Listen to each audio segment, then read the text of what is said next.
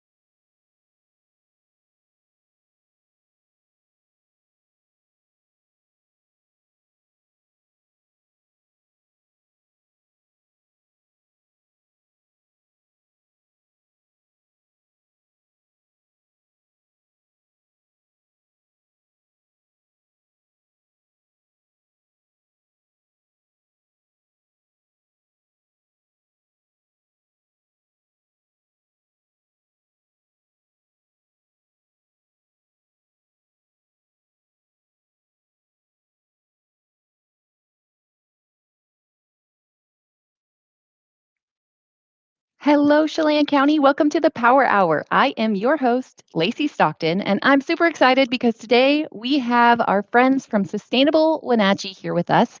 We have Betsy Dudash. She's a local horticulturist or a plant lady, and she also loves making great food from her edible garden. And we also have Jana Fischback, who is Sustainable Wenatchee's executive director and guru of all things sustainable. They will be answering your questions live right now on all things edible gardens, eating locally, composting, why you're going to love worms in your house, saving energy, staying cool in the kitchen this summer, energy efficiency at home, all these things. So if you like to eat, if you like flowers, and if you love the planet, you are in the right place. Just drop your questions in the comments. We can see them. And Jana and Betsy will answer those here for you live on the Power Hour. Let's dive right in.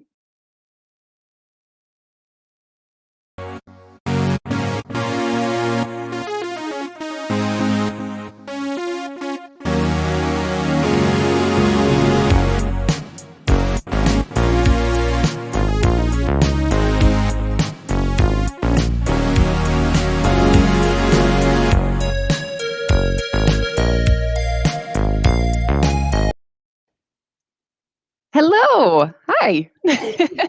How are you doing? That was an abrupt ending, but we're super happy to have you here. Jana, it's so great to see you. Thanks for coming. And Betsy, I know that you have some delicious treats for us. You're going to show folks how to actually make really cool stuff with the plethora of things growing in our valley right now. So why don't you show me what you got? Okay, so you want to grab that, Jana? Sure. So we're going to start with a freshly harvested cucumber from my fence of cucumbers this morning. And I love cucumbers. They are my favorite vegetable. So they're also a perfect appetizer, like when you're cooking or your guests are hungry. So I'm going to cut the ends off. I'm just going to peel it. Some varieties have thin skins that are nice and sweet, so you don't have to peel them. This one we do, but never fear, the peelings will go into Jana's worm bin, so that's exciting. Okay, hold on. Tell me about this worm bin. What are you talking about? Sure. So Yeah, here's the worm bin. So these are my friendly little worms. They normally live downstairs, but I brought them up for the day. So I got this online, and you can definitely do it in a less fancy version. This will be a real quick guide. But if you're interested in this, Betsy and I are actually going to be doing a PIBUS University talk coming up this fall about composting with worms. So the top layer is kind of where you add your food in. You have a layer of moist newspaper on top. And this is where you would add in your food, and they come and eat it, kind of mix it in. You want a good mix of like kitchen scraps and then things that are more like fibrous, like newspaper, or I use like the rolls from your toilet paper, rip that cardboard up, kind of shred it. paper towels. Let's see, what else is I kind of... use shredded paper. Everybody's got a paper shredder for their, top secret documents. I use a big layer after I feed them kitchen scraps on top too. So that's where they get So their this is your important document shredder right here. That's right. Yeah. Awesome. I love that. See, this is where they're really doing the work down here, and this is where most of the worms live. They don't really like light, so you might not be able to see, but this is where they're really processing it and turning it into that awesome black gold. So most of them are kind of living down here, but when I feed them, which I need to do, they will they'll come up and start doing their work. And so what's really nice about this is, as we'll mention in our Pybus University talk, you can do this year round. It's not stinky. I just keep it in my basement. They are inside worms. They don't like really hot or cold weather. And so they definitely need to be kept inside in extreme heat and things like that. The lid kind of gives some guidelines and says 40 degrees to 80 degrees is what they like. But because they don't smell. That's really good, because most of us also like between 40 and 80 degrees in our home too. Yeah, it's perfect for a basement. So what I do is I just keep all my scraps in here. So this is where the scraps from our meal will go today. They can eat anything that's not dairy, meat, or citrus. They don't like real citrusy, acidic things. So in here I have coffee grounds. I have some kind of moldy strawberry tops, even some like from my house plants when they kind of have leaves that die. I kind of just pick that off and put it in here.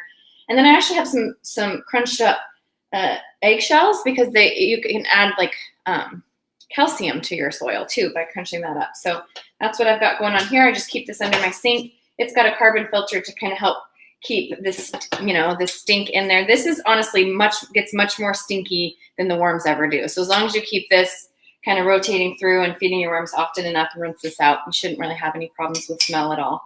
And yeah, Betsy started me on this a couple years ago, and I love it. It's easy. They're fun. So do you do compost and worms, or are you mainly worms? What are you doing? I just do worms. I tried a tumbler. That for me was much more hard to kind of get the balance of, they say greens and browns with the nitrogen balance and all nitrogen carbon. And I was just not good at that, keeping the right amount, keeping the ratio right. And so I found worms to be much more forgiving in terms of like getting that ratio right. Yeah. Okay, cool. No, same. I will say, I had a tumbler, and then it just became a big brick that was like half of a cylinder in the bottom because I failed to turn it enough or something. So yeah, worms are a lot easier. That's great. Okay, so this was a tangent. You were taking on your cucumbers, which are from your garden. What are you doing with these? Can I add a couple items about worms? Sure. I just use leftover plastic containers from hummus or something.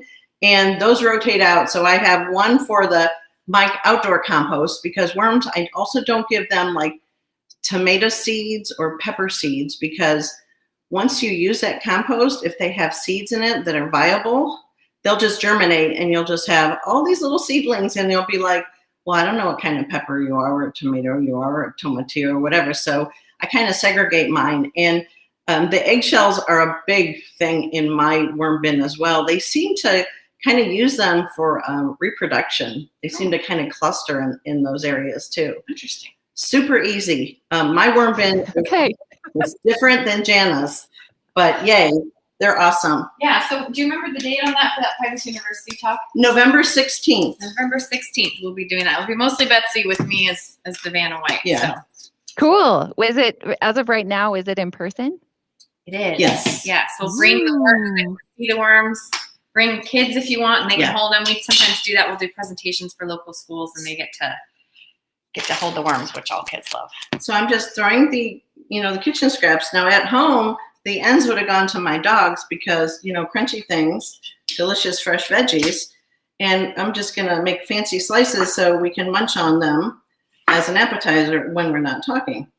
But fresh That'll never happen. It's okay. We have so much to share. So there's nothing better for me than, produce fresh from the garden. So that's one really easy thing to do, and I am going to eat one. So I can talk a little bit, since we've been talking about compost. This kind of addresses the problem of food waste, which, in talking about opportunities to be more sustainable in your kitchen, food waste is maybe number one. I don't know. It's hard. There's different reasons to do different things, but in terms of not only landfill, like I think people throw out like 40% of our garbage can be food waste, and a lot of that is edible. There's, the equity issues of that, of wasting the time of a farmer and people who are hungry, and we're wasting all this food, but also then it gets in the landfill and puts off a lot of bad, greenhouse gases and methane and things like that. So it's really important to try to reduce our food waste. We can do that by not buying so much in the first place, buying what's appropriate for the size of your family, which is always hard. You get something that's in the back of the fridge and you forget about it, and before you know it, there's the joke, oh, I grabbed my bag of salad that I'm just going to throw away in 2 weeks. People kind of have this cycle of shopping that we need to break and learn how to do that better. And then also dishing up the appropriate amount. And this is maybe easier for adults. I find it's really hard. I have 2 young kids, and I want them to eat more than they do. And so I dish up a certain amount, and then they eat a third of that. And then that becomes food waste because I can't adjust to the fact that they're not really going to eat what I want them to eat. Yeah. So some of these behaviors that when you're cooking or shopping can really reduce the food waste from the beginning. And then when you end up with the food waste, you can compost it and deal with it in a more responsible way. And I have the opposite problem. Kind of a related problem is I grew up with 7 siblings. So there was never extra food. I mean, it all got eaten. And then when I grew up and was cooking for only 1 or 2 other people, it was really hard to kind of size down what I cook. And now I'm to the point where I hate to waste food. So I have to be careful not to make too much pasta, because we will eat it. It's just it's there. We don't want to waste it. And, who wants leftovers? Well, I like leftovers, but my husband doesn't. Your worms want leftovers. and the salad, my husband loves salad, bag salad, which I won't eat. There's something about it, the smell, but yeah. But we decided the other day that there is some place locally he can buy it really reasonably. And he said, even if I can't eat it all, it's still more cost effective, and the worms can get the rest. I'm like, yay, so there's the dollar. Tell me more about this. So, okay, you grow a lot of your own food, but probably not all of it all year round. So where else do you get your food? Well, PSJ, Plaza Superjet, is in my neighborhood, and that's a local family-owned business. Their produce section is actually pretty amazing. I don't get down there often enough for it being 2 blocks away. They have really good selection. They have a lot of organic produce, and it's very reasonably priced. They also have paper bags you can put your produce in. You don't have to use the plastic bags. Of course, we always try to remember, I'll be like, hey, if you're going to the store, take a couple plastic bags that we already have. Take some paper bags for the produce, for fruit and veggies. It just makes life simpler not to accumulate more of these things that we can't recycle, or if we try to recycle, they don't necessarily get recycled. Farmers market is another good one. Yeah, of course. So there's lots of local farmers markets. Yeah. Of course, the one down at Pybus, but they just added a new one in Cashmere on Sundays. Leavenworth, Quincy, I think Lake Chelan has one. So no matter what community you're in, there should be a farmer's market there, which is a great way to support local farmers and get really local fresh produce. You think about some of the distances our food travels, and it's just mind-blowing to think of, especially when we eat out of season, where the stuff is coming from, South America or wherever. And so it's really nice when we can in season to get that local produce from farmers. And one thing my family does, we've done for a few years, is a CSA, which is a community supported agriculture. So that's essentially signing up for a share of that farmer's or that store's kind of for the whole season. You're signing up for a share, supporting them for that season, and you get a portion of their produce. So it's kind of fun because it's really dependable. It's every Wednesday or every other Wednesday. We do the every other week thing. And you get a real variety. You don't get to pick, you get whatever they have in season. And so it kind of stretches maybe what you're used to. You'll sometimes get kind of a quirky vegetable you've never heard of, and you have to Google, what am I going to do with this?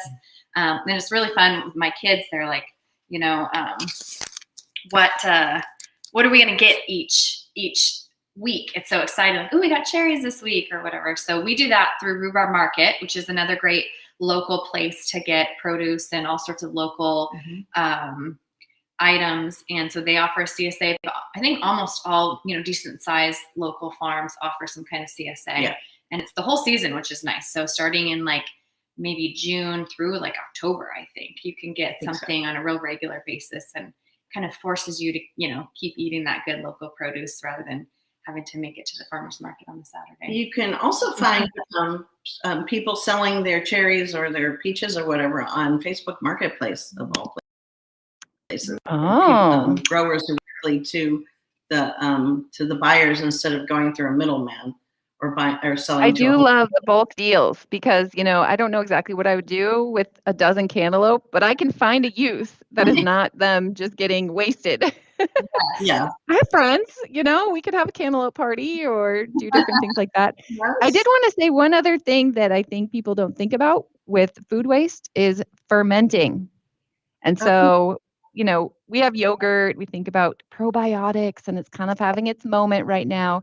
But I just found a cabbage head two of them in our fridge. And I'm like, okay, it is time for sauerkraut, because that's a really great way. It's delicious too. It takes a little bit of time and love, but you'll never go back to store-bought sauerkraut again once you do this. And there's tons of other things that you can ferment.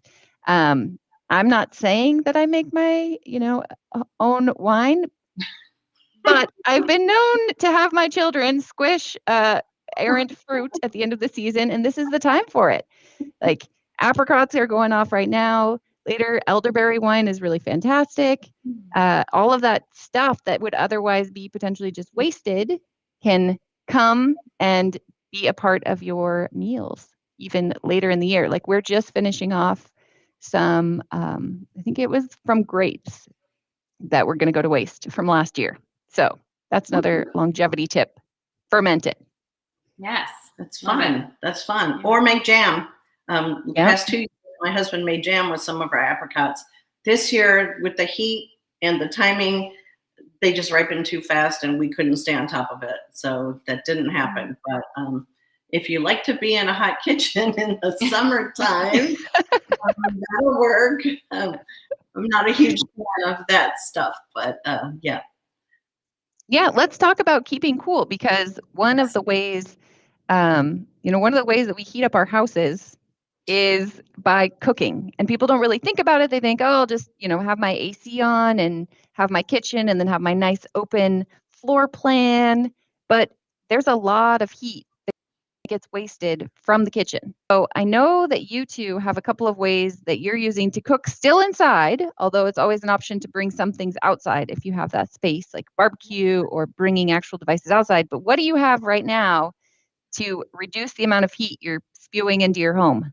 So one thing I use at home is an electric kettle. I drink iced tea, decaf iced tea all day long in the summertime.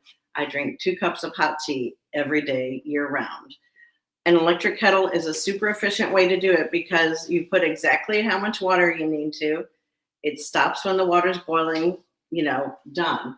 I also have a fancier one at home that a tea kettle that times it like the basket falls and you have it steep for the exact amount of time, comes up and it's ready. So those are great energy efficient appliances because you're not putting a pan of water on the stove and watching it boil away while you're running around trying to do something else. You're just kind of making exactly what you need. And what you lent us, Lacy, today we're going to try to use your convection. Yeah, it's an induction cooktop. Induction cooktop, that's it. Neither of us have used them, so that's pretty exciting. Yeah, so these are really fun. This is just, it's just a single burner, and it comes with just a regular plug-in, just like any device.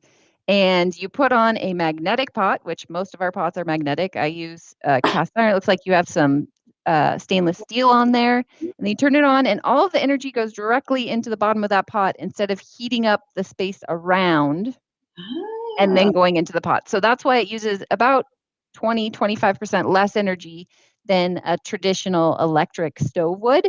And I just have this one because we have a fully functioning regular stove in our kitchen. But this is super fun because then I can bring it with me. I can go outside if it's super hot. And I don't have to worry so much about something being hot. Like I can put it actually like on our plastic picnic table and it's not going to melt anything, which is also pretty handy. I have a couple other tips about that. I think and Jana knows that I just don't use the oven when it's hot out. I did last week. We had that one day that was in the low 80s, and I got all excited and I made a frozen pizza. I mean, I dressed it up, but I was like, ooh, this is the first time I've used the oven in weeks, and I probably won't use the oven again, given the long range forecast until fall, because it gets your house really hot and you can't get it out quickly. The other thing you can do. I'm going to just cut you right off. And then we'll go back to this. I promise, Betsy. So Jessica has a question. Yeah. Do you two know if the city of Wenatchee offers compost? They do not, but that is one of our dreams, long-term dreams, that they would. It's a really complex issue with where that food waste would go. So yes, they do offer technically compost pickup in the terms of yard waste. Right. You can put I think it's an optional thing you can strive to get a curbside bin. And it's like every other week pickup. It's the big green bin. And it's picked up by Stemilt, I think. Yeah, so Waste Management picks it up and it goes to Stemilt Hill. I guess several years ago they tried a pilot taking food waste, and it was a smell issue for the neighbors and things like that. And so that pilot wasn't really successful in terms of kind of affecting the neighborhood of where the composting is going or is happening. We've talked a little bit to Stemilt, and we're hopeful that someday that this could be an option for people, because especially if you've lived in a different area or a big city or something like that, you love that you get the little thing that can go under your sink or whatever, the little city provided container. And a lot of times I think it all just goes with yard waste and things like that, and it's a really nice feature to have, really nice service, but not right now. Not right now, but Waste Loop in Leavenworth is working on a pilot program with Winton Industries, right? Winton Manufacturing. Winton Manufacturing, and they are Winton Manufacturing is a commercial scale compost facility, and they were just up and running, I think, about last spring. But followed up on the progress. So they're doing a pilot picking up kitchen scraps from participating restaurants to kind of see in the how Leavenworth it goes. area. In Leavenworth area. Yeah. Another thing that makes us more hopeful that this will happen in Wenatchee is that I think a bill passed last year that kind of requires cities and municipalities and even counties, I think, to offer these composting services if it's feasible and if there's demand. I think there's like 2 outs for cities to take, but I think the demand is increasing in Wenatchee, so that's something to think about. Possibly write to our local representatives and say, hey, what's the status of this? Can we make this happen? Yeah, it's Sustainable Wenatchee. We're not like a policy relating, organization. Right. We just encourage like voluntary behavior change, but definitely it's sometimes nice when there's the policy side that kicks in and helps things happen. So that was a great question. Thanks for asking that, because we meant to mention that. Yeah, thanks, Jessica. And if you're just joining us, we are here with Betsy and Jana from Sustainable Wenatchee. They're in the kitchen talking about different ways that we can save energy, water, and kind of the planet at home, as well as Betsy is a local landscape horticulturist, a plant lady, so she can answer all of your questions about edible gardening, including in containers. I actually, Betsy, if you want to finish your thought, I'm going to queue up a not squished version of your video where we can actually see a little bit of your garden itself. So go ahead and finish your thought first, though, okay? The thought was about not necessarily heating the kitchen, but reducing your electrical usage during food preparation. So, for instance, I have my favorite knife I brought for, slicing the squash. And I'll confess, I actually made the pesto at home this morning with my food processor, my little tiny food processor that I've had for, oh my gosh, more than 30 years. So here's a pesto sauce. But I have in the past used a mortar and pestle to make pesto. And it occurred to me this morning that there might be a fair number of households in the valley that have a molcajete, and this would be ideal for making something like pesto sauce. Ideal. It's just a little more labor, but you're not using any electricity. And it tastes different. I know that sounds so silly, but when you like the apparatus that you use is different. Like if you make salsa in a food processor, it's just not as good. Let's just be honest. It's all mushed up and it doesn't have like the slices. So I guess it would taste different with your molcajete as well. Right. When I make salsa, I hand chop everything because everybody has different, some people like a little more pureed. I happen to like a nice chunky salsa where you can identify everything. So you're absolutely right. So should we get back to food prep quickly? Sure. Why don't you do it? And then I'm going to show your video of your garden. So I'm just going to slice up some summer squash because we're going to saute summer squash with fresh sage, which is one of my favorite combinations. So I'll be right here. Okay. All right. Let's do it. My urban garden. The front yard, of all places, has my herbs. So I've got sage, 2 sage, thyme. There's thyme buried under there, and some rosemary, and lots of mint that I use in iced tea. And a crazy dog. And it turns out, because once you see the backyard, you'll understand that we don't have a lot of space or as much sunshine as in the front. My peppers and tomatoes go on the porch and on the west side of the house. And Betsy, I love that you use all the space that you have. So if you look, peppers in pots. Check those bad boys out. Look at them. And those are going to be red or yellow sweet. And there's also this Serrano hybrid that I grew last year that I love. So have a few plants of that, and then some more sweet peppers here, probably. Oh, yes. Oh, this is a Cuore di Toro, which is my favorite sweet pepper, and it's Italian. I had pretty old seeds, so I was really excited to try it, and it looks like we got one. And then there's tomatoes, and there's tomatoes, and more tomatoes, and more peppers. Oh, they're starting to turn, see? And I have a habit of cramming a lot of plants into the big pots because the limiting factors for growing things are going to be water, sunlight, and nutrients. And I can easily control the water because I have a hose right here. And nutrients, like 2 days ago, I just added some worm castings for nutrition.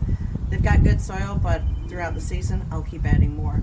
But look, Jana, you want to try a special treat? Ooh. Ready? This is my Fresh off the favorite vine? because Jana doesn't actually like is this one tomatoes, better? but she plays it off so well. I love it.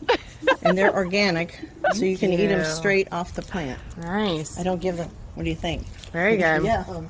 So more tomatoes. I think I have 5 different varieties. And the thing about growing tomatoes in Wenatchee is the plants will be big, like in the soil with a lot of water. Mm-hmm. The fruit, not so big. So if the seeds say, oh, it's going to be like a 1 pound fruit, I wouldn't hold your breath. But here's some more. Mm-hmm. What I noticed with the bigger varieties of beefsteak is that they were more susceptible to the heat than the little guys. So right now. So Betsy, can I ask you a question? I just paused the video of you showing us your garden. So you have a lot of containers. Can you tell us a little bit about, when you decided to go with containers versus I know you have a home that has some plots as well, but why stick with containers? For myself, I actually live close to downtown Wenatchee and have our backyard is almost all brick or concrete patio. So there's little patches where I could put plants in the ground, like where I have the cucumbers along the fence. There's not much other space. And our soil in the front yard, like I stuck extra tomatoes in there in the front yard, but it's very sandy. And I could amend it with a lot of compost to improve the fertility and the water retention to make it better for growing vegetables. But I'm actually turning it into a native plant garden. I'm a landscape designer, so it's my playground. I'm experimenting with different plants. So for us currently, planters are really the only way I can do it, unless I could get a garden plot somewhere. So we are actually limited by having a small urban yard. Okay, cool. Yeah, but it doesn't look like you're super limited. You're producing a ton out there. Yeah, the whole west side of the house was the no man's land between the driveway and the house, and it was just gravel and a heat pump. And for me, that didn't work. I didn't want to just look at a bed of gravel. So interspersed with the big pots, I have a grass I transplanted from the front. I have some milkweed, and there's some yarrow, and there's a couple other things. So, but the pots have their spot. And I've always grown vegetables. Like even when I lived in a high-rise apartment in the Netherlands, I had pots of basil on the balcony. And my earliest memories are being in the vegetable garden with my mom. I must have been, a year and a half or 2 years old, because there were so many of us. We had a huge vegetable garden. So it's kind of just what I do. So wherever I am, I find a way to grow vegetables. Nice. Cool. And what are you doing? So I'm assuming that these summer squash are straight from what we saw outside. They are. They're from some big planters I got in the backyard that some clients gave me. They didn't want. They're actually the kind of the cattle trough. They had been used by the previous owner of the property, and I filled them with squash experimentally and some other things. Also threw some watermelon in, but those little guys died within like 2 days. So I've never used that. No. It was like, okay. I've never used containers that large, so I view the whole thing as kind of an experiment. And it's working out okay. I have had a steady supply of summer squash, which is what I'm using now, and zucchini, and like I said, the cucumbers from the wall of cucumbers, which is the little space between our brick patio and our fence. And to build that, I actually found a secondhand volleyball net at Goodwill and turned it into a trellis. And then it wasn't quite big enough in one spot, so I kind of added to that by tying knots with jute. So it actually covers 2 complete fence panels. And the cucumbers right now are up to, almost the top of the fence. The trick is just making sure they get enough water. So right now that's twice a day. So. Okay, here's a question for you. Christine is asking, where does she go to recycle glass? It seems like recyclers are disappearing. Oh, we have an answer. Jana will address that. Yeah, that is have an answer. Probably the most common question we get asked anymore. And I'm so happy that I have an answer, because in the past it's been like, well, you're out of luck. But very recently, Lake Chelan Rotary Group has started glass crushing. Before that, when waste management was, like you said, removing that from the accepted list, there was no place in the Wenatchee Valley, and it really kind of north central Washington. I should say Leavenworth residents were able to, because of Waste Loop, who we mentioned earlier, they collect glass, but for residents of Leavenworth only at the Leavenworth Recycle Center. So Waste Loop is awesome for those who live in that area. But otherwise, if waste management removed glass from your accepted list for your curbside recycling, you were kind of out of luck. Now you can store it up, and then the next time you go to Lake Chelan on a Saturday, I want to say 8 to 1, it's just Saturday morning. So it is a little limited. You'll have to kind of find a time when you are maybe going up to the Chelan area anyway and bring your glass. I was thinking we have a private Facebook group that's kind of a part of our Sustainable Wenatchee Facebook page called NCW Sustainable Community. And that would be a great place to coordinate with people if someone is going and taking a load of glass up. You can kind of coordinate and use that, if someone wants to offer, if they have extra room in their car or whatever, to go take a load, because they were originally going to just have it be for Lake Chelan area residents. and they do actually need the glass and need the material. And so I'm really happy that us Wenatchee folks and other people in the area can store it up and then take it there. Obviously, it's not ideal. It's not side, Right. But at least there's an option for people that aren't able to do it curbside anymore. And which is there, nice. yeah, there's a nominal charge, which if you go to their website, it's 2 cents a pound, which, you know, I think it's worth it, right? Yeah, absolutely. Yeah. And so they're not actually recycling it; they're crushing it. So it's more of a reuse type of a thing. But they do say that there is a market for that material. So it can be sand or kind of this aggregate material it's not like sharp. It's really nice to use, I think, in maybe landscaping. There's lots of different options for what they're going to be using that material for. So way to go, Lake Chelan Rotary. Hopefully someday we'll have something like that in Wenatchee. There's talks of that with maybe some local Rotaries that could potentially fund something similar, maybe working with the Wenatchee Rescue Mission, who could house a crusher like that. It's a huge thing. It's like a huge piece of machinery, and it came all the way from like New Jersey or something. So it's a really great success story that Lake Chelan Rotary has accomplished. Yeah. Yeah, absolutely. Cool. Stop holding our breath. We have a you know, some place to take it. Like I have a box of glass in the basement since Waste Management stopped taking it in Wenatchee. I've just been holding on to it because knowing something will happen eventually. So now you can go back to bottled wine and stop drinking that box wine. That's right. For the cans, you know, I tried the cans, and you know, aluminum and tin cans are always recyclable, endlessly recyclable. So they are a good option. A good option for almost anything. Yeah. Or fermentation. Just saying, you don't have to purchase any sort of glass. Yeah. Love it. Okay. So what are you up to? You look busy. So I'm sauteing the summer squash. I sliced it here, and with lots of black pepper. I'm a huge pepper fan. So if you don't like black pepper, don't come into my house to eat, because it's like, you know, it's one of my favorite spices. So olive oil and summer squash. And this is a nonstick pan, but it's not the Teflon coated dangerous kind. It's the, I can't remember what they call it. It's like a stoneware coating. They're Italian. I like the Italian ones. You can't cook really hot on them. Like a medium high is as high as you can go, but they cook beautifully and things don't stick. And you also need to let the pan cool down completely before you stick it in water. You know, sometimes people cook things and they immediately run over and rinse them off.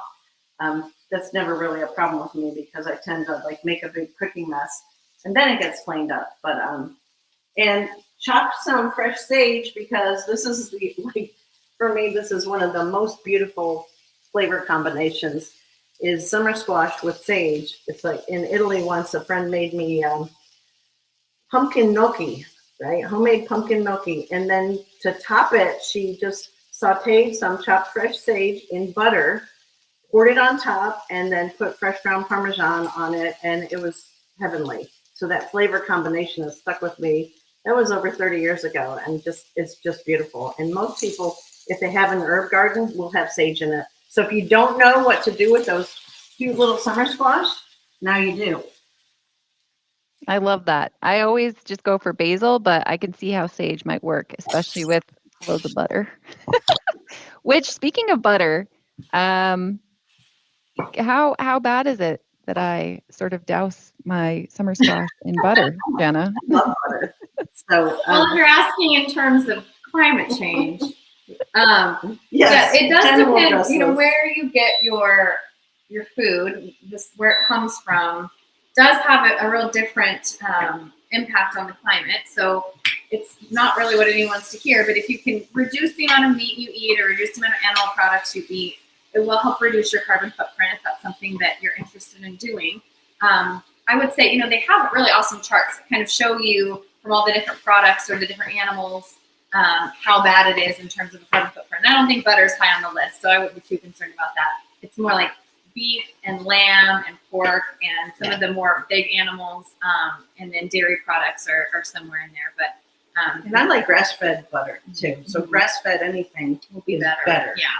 Yeah, and we're definitely not absolutists at Sustainable Wenatchee. Like, I'm kind of working my way towards vegan at a real slow pace. I became vegetarian a while ago, but it's not something like I think that, we're not saying everyone drop all animal products and meat immediately, but it is something if you're working to kind of lighten your impact on the earth, that it's a good option. My stepdaughter visited a couple weeks ago, and she's a longtime vegetarian. So I just cooked vegetarian for the entire time that she was here, and it was really easy. It was super easy because pretty much how I cook, meat is kind of an afterthought almost. It's never the focus. I am not a meat and potatoes kind of person. It's probably my least favorite food item except sausage. But in sausage, it's all the flavors. So like her first night there, I made a pasta sauce, which normally I would have put a hot Italian sausage in, but instead I just added crushed fennel seeds and red pepper flakes to kind of imitate that flavor, just to add that extra layer of flavor to it. So it was no big deal, and nobody missed meat for an entire week. And I'm definitely eating less since then. It's just like, okay, if someone else wants it as part of the dinner, then yeah, but otherwise I'll just happily cook without it, which is huge. It's huge. It's something I've wanted to do for a long time. Yeah, absolutely. And I'm one of those sneaky people that teases people. So my family, 100% meat and potatoes family. My dad's from the Midwest. He does not mess around. He's a Cornhusker.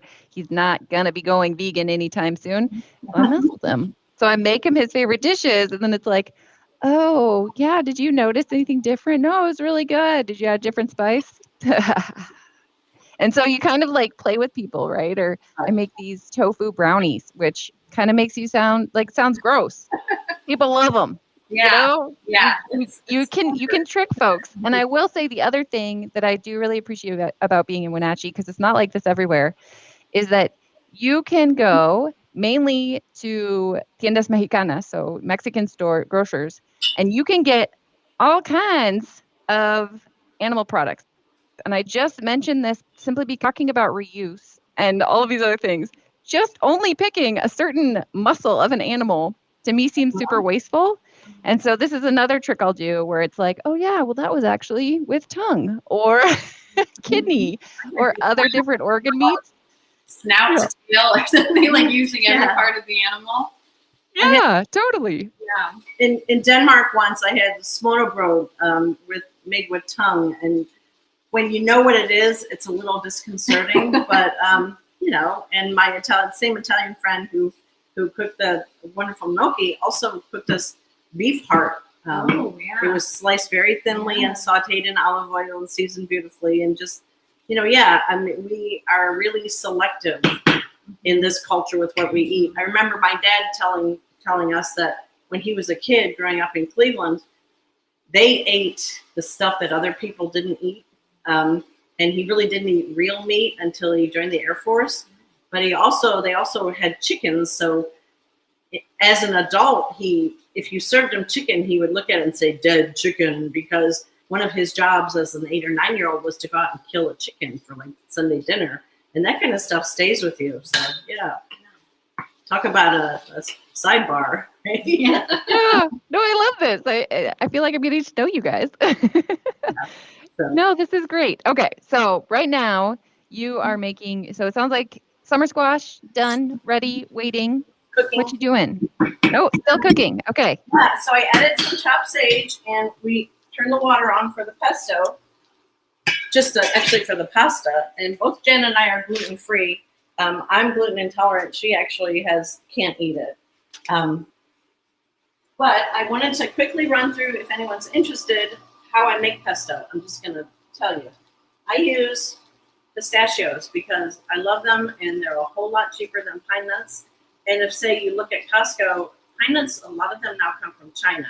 So talk about a carbon footprint, something being shipped from China when we can get pistachios that are grown in California. That's kind of a big difference. And I love the flavor of pistachios. So I'll take a handful, and I have a little food processor that's about this big. I'll take literally a handful, put it in there, and I'll process it with a big blade. And then I'll take at least 2 cloves of fresh garlic, throw them in there, process it, and then I will generally, before I start this process, I'll fill this particular colander with fresh basil. For this project today, I kept it a little smaller. but for like a 4 people or a nice dinner, I'll fill it up. And if I have a lot of basil, which I need to plant more, and I'll rinse that. And then basically I take the basil and take the leaves off, throw them in there until I have a nice level. Then I will add olive oil, and cooking for me is very subjective. I don't follow recipes or measure things. Then I'll process it. If I need to add more olive oil at that point, I will. And then I'll add more leaves, process more and olive oil, and do that until it's all done using my little spatula to scrape it down until it's a nice smooth consistency. So here we go. I made this before I came over. So at that point, it's vegan. Yes. Yeah. It's vegan. It's vegan until you cook the pasta, mix it in, and add Parmesan cheese. So that you could make it a vegan option if you wanted You to. could. Yeah. All right, cool. I'm going to drop that recipe into the comments. And if you are joining us, we are here, as you can see, with Betsy cooking up some lunch straight from her garden, and Jana as well from Sustainable Wenatchee. If you have any questions for them, we've gotten a lot about, what we can do with our glass to recycle it and our food waste. If you have any questions, drop them in the chat and they can answer those.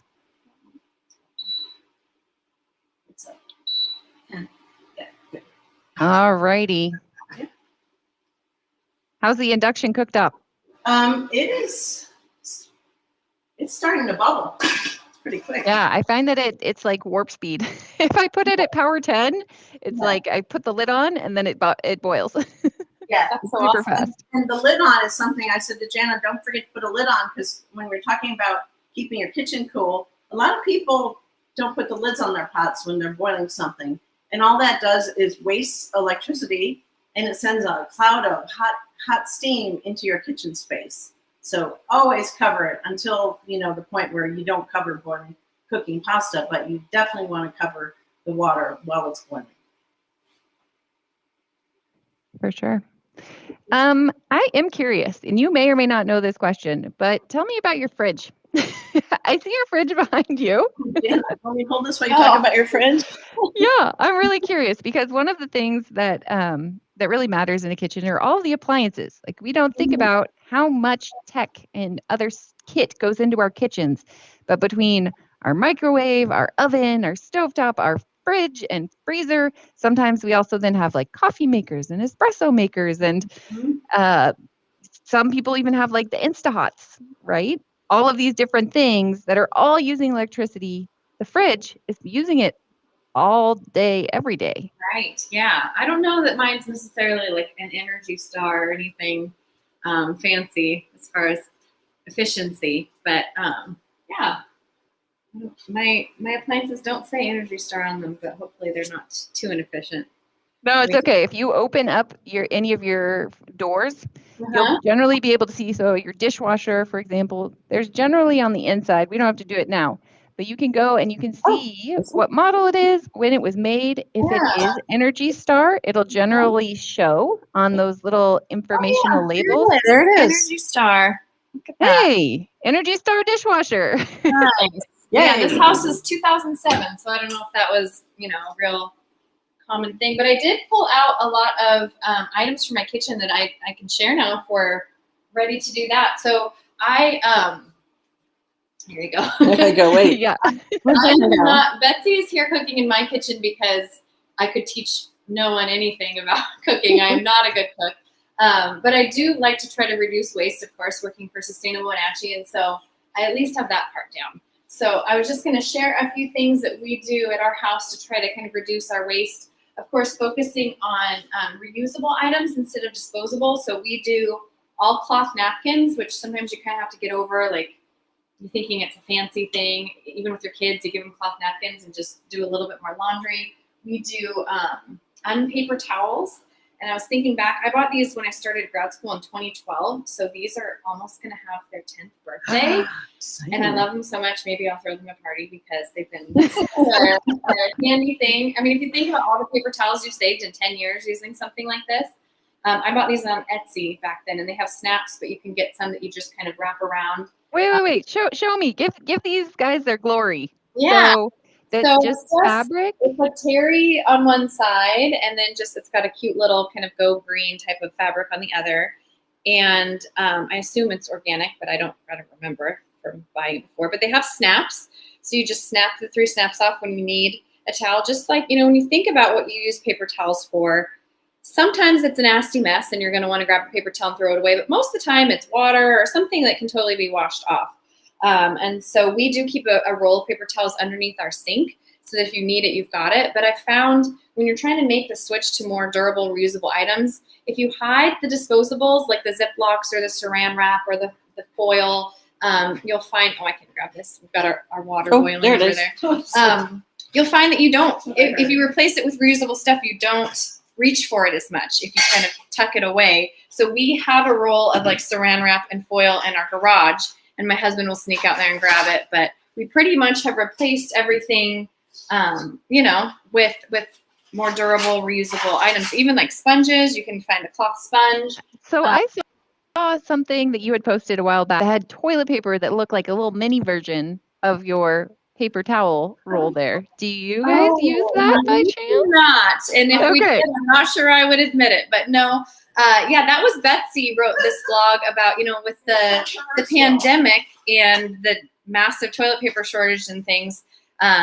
She and I both have a bidet attachment. And so that's probably step 1 in reducing your waste in the bathroom as far as toilet paper is concerned, because you can get pretty clean just starting with that. But some people take it to the next step further and use cloth wipes. I actually do cloth diaper, and I use cloth wipes for my cloth diapering.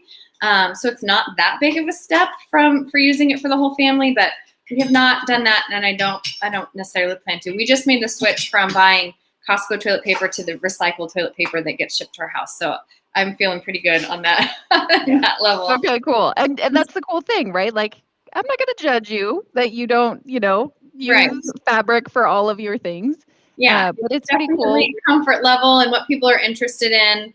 That's when we talk about going zero waste. I have far from a zero waste kitchen. But you just pick one thing that sounds good to you, or that you think would be doable for you and your family, and you start there and kind of go from there. So right on. Okay, so show me your sponge. Oh yeah, so I couldn't find the one I like better, but you can find these reusable sponges. So you just throw it in the wash. I'm not really a sponge person. My husband likes them more than me. I'd just rather use kind of a scrubber, but there's pretty much a durable option or reusable option for almost all kinds of disposable products to replace it with. So another option, and I know it's a big piece of plastic, which is not normally something we promote, but this is a microwave cover so that you don't have to put saran wrap or, a paper towel over something that might splatter. So we've had this for, probably since we got married. Maybe it's 12 years old, and it does a great job. You just rinse it off. For storage, of course, the mason jar is kind of the golden child of zero waste, and everything looks so nice when put in a glass jar. And so you don't have to go out and buy a bunch of fancy containers. You can just use mason jars that are pretty easy to find and pretty inexpensive, but then you can get like fun accessories to make a tumbler out of it. So, you can kind of scale up or scale down what you're willing to do. I think sometimes people think to go zero waste, you're going to have to buy all this fancy new, glass stuff or stainless steel stuff, or and it doesn't have to be going out and buying, all new everything. For storage, we love the stasher bags.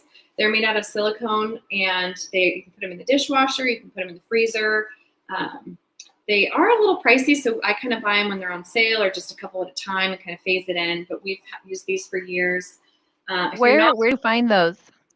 You can start to find them more locally. Where did I see them? I think I saw them at Target the other day. It used to be that you had to order them online. I even saw them at Office Depot maybe last year.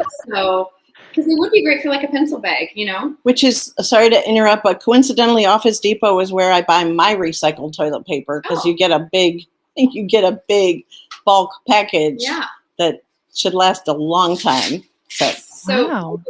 That predated the stasher bags, or the cloth ones that you can wash that have the Velcro, so that works for kids' lunches or something. And then Target has a great section of compostable stuff.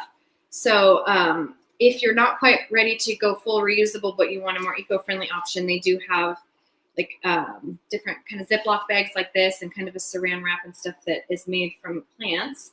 But when we talked about composting earlier, when it says compostable, they mean in like a composting facility, like a municipal level commercial composting facility. If you tried to feed this to your worms or put it in your, bury it in your backyard, it's not going to break down. So you've got to take it with a grain of salt. When you see something that's compostable, it's probably still going to end up in the landfill, but at least it will compost in there. When you think about reducing your waste in the kitchen, one great way that's really accessible and easy for everybody is, of course, just using reusable shopping bags. I love my Equipped bag. It's EQPD. This is made in Twist, and it's really easy to clean. You can just hose it down if you want, but super sturdy. They call it the last bag because it's the last bag you'll need because it lasts forever. So that's a little shout out to Equipped out of Twist. And you can start to bring your own produce bags if you want. Most grocery stores should be fine with doing that, or shopping in bulk and using your own kind of net bags to skip the plastic. And FYI, apparently October 1st is the official start date for the plastic bag ban, Yeah. I heard. I think some stores are kind of starting it a little early, So is that all plastic bags, including in the produce section, or do they still give you produce bags? They can still give you produce bags. Yeah. I think it's more like the grocery bags that you carry out. Yeah, But maybe that's the next step. My dear family friend is a logger, and he always gets excited when these things happen. I'm sure you don't want to hear that, but he's very happy when plastic bans go into effect. So I'll kind of wrap it up, but of course, straws of all kinds, glass, metal, silicone are great if you like to use straws. Silicone is kind of the real popular one, so I have some metal containers that are nice for kids so they won't break them, with silicone lids that fit on pretty nicely. If you often line a pan in foil, you can opt for the silicone baking liner that is easy to clean and reusable, and you can heat it to like 1,000,000 degrees. If you're big into baking, they even make little silicone baking cups that you can use over and over again. So silicone is not technically plastic. It does have plasticizers in it, so I wouldn't call it plastic free, but it should last kind of forever. So, and then the last thing we do that's, I should use it more, but we have a soda stream. So if you like sparkling water, I actually have it in our fridge here, but you can buy the canister and then make your own sparkling water instead of buying something like LaCroix, which I guilty of doing, but this is kind of the zero waste option because you can, you can get your CO2 cartridge filled. You can switch it out at a place like Fred Meyer, or you can even get an adapter, and we take ours to Hooked on Toys, and they'll fill it up for us there, along with all the paintballer people. Oh, sweet. So that's one option too. Awesome. Wow. Okay. So you guys have lots of kit, and some of it, I'm kind of in my head thinking about how I can DIY some of it. I think a lot of it, sometimes when we think of eco or we seek it out, there's stuff online and it can be a little bit pricey. Yes. But I would love it if I could. Do you have resources on where people might be able to find some sort of like DIY options? Like I love Betsy's reuse of a old volleyball net for her cucumber trellis. Like these are brilliant ideas. Where do people find out more about this stuff? You can just be creative. Or you can, there's tons of resources. If you Google pretty much anything you're trying to replace and pick, reusable or durable, if you just kind of Google that item, then someone's probably already thought of it. I think Etsy is a great Pinterest is a great place for all sorts of ideas. And so, if you try to, do zero waste kitchen or zero waste bathroom or whatever it is on Pinterest, you're going to find all kinds of things, and you add, DIY to that. And I think someone's thought of it already for sure, because it does get quite expensive when you're buying new. Something like I mentioned earlier, like I think it's best to kind of pick one thing and maybe purchase that, get it in your rotation, and then go to the next thing. Because if you try to just go zero waste from the beginning, it's going to be expensive and a lot to adapt to. Yeah. Okay, so you just drained your pasta? Yep. When do I come over? If you can be here in 3 minutes, that would be good. Perfect. I forgot to bring a bowl, so we'll have to use one of Jana's. Of course. But I think we're almost out of time, aren't we? I want to see the grand finale here. So just really quick, give me a quick summary of what it is that you have created. So it's gluten-free spaghetti, which is going to have pesto on it. Big bowl? Yeah. and sauteed summer squash with black pepper and fresh sage, cooked in olive oil. And we had some cucumbers. There's just a few slices left, which are always a great muncher. My mom used to yell at me and slap my hand because every time I would walk by like a plate of cucumbers, I would grab a handful and they would never last for everyone else because they're my favorite vegetable. So I'm just mixing in the pesto sauce with the pasta. And as I said earlier, I tend to over make. So there may be a little too much pasta here, but this makes a great leftover. Just don't microwave your pasta with pesto. Just don't do it because it's a completely uncooked sauce. So when you're mixing it up, so yeah, to finish the recipe, you get all the sauce in there and you're just going to basically move it around to coat every little piece as much as possible. If you can see that. Looks good. And then once it's done, you serve it up in bowls usually because it could be messy. And everybody puts the amount of Parmesan that they want. My husband used to say, "Oh, I don't need cheese." So the first couple times he ate pesto, he didn't put cheese on it. And I'm like, that's a critical component. Why don't you just try it once?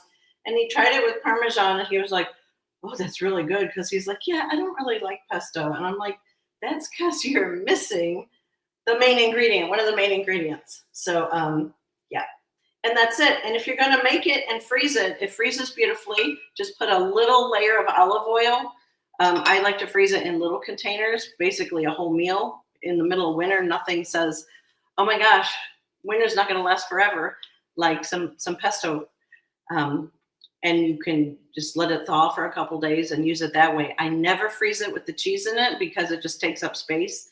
And like I said, everybody likes different amounts of cheese in their pasta. And I think that's it, right? That's amazing. Okay, is there any other parting words that you'd like to share before we say goodbye for the afternoon and you guys eat your lunch? Well, what I would say as a cook, because I've been cooking for 46 years, so a long time. I love to experiment. I think of flavors of what's in season and what flavors do I have and what do I like. So I'm kind of a fearless cook. I use squash in spaghetti sauce, in tacos, in anything I can think of. So don't be afraid to experiment because if you don't like it, you'll be able to figure out what you didn't like and then try again. And feed it to your worms. They'll probably like it. Worms like everything, pretty much. Yeah, Perfect. and enjoyed the topics. I mean, we kind of covered a lot of things in an hour, but we often do educational programming through Sustainable Wenatchee that kind of does a deeper dive in some of these topics. And so if you're interested in that, you can go to our website, sustainablewenatchee.org, and sign up for our email newsletter, which I send just one email a month. You can go to the bottom of our screen and sign up there and then learn what we're kind of up to, including our composting class coming up in November. We're going to be doing some fundraising for a waste and recycle directory. That's a really exciting, really big project that we're going to be doing. And it's a great thing for people who have questions like the glass question we had earlier. It's going to be an awesome website that we're going to be developing hopefully once we get our fundraising done. So yeah, check out sustainablewenatchee.org. And so here. There it is. Awesome. All right, I'll be right over. Thank you so much. I really appreciate it. And I'm just going to put a plug in. So next, in 2 weeks, on August 11th, we are going to do a sneak peek of the completely redone Rocky Reach Discovery Center. I'm really excited about it, mainly because the fish viewing is going to be epic. Like they have all these different levels now, depending on your height. If you're a little guy of 2 years old, you can still see the fish. But seriously, the Rocky Reach Discovery Center is going to be open to the public on the 28th of August. But in 2 weeks, we're going to meet with Bob Bauer and Debbie Gallagher, and they're going to show us around the slightly unfinished raw version of the Discovery Center a couple weeks before the actual opening, which is going to be fun. All right. I hope everybody has a fantastic afternoon. See you next time. Bye. Thanks, Lacy.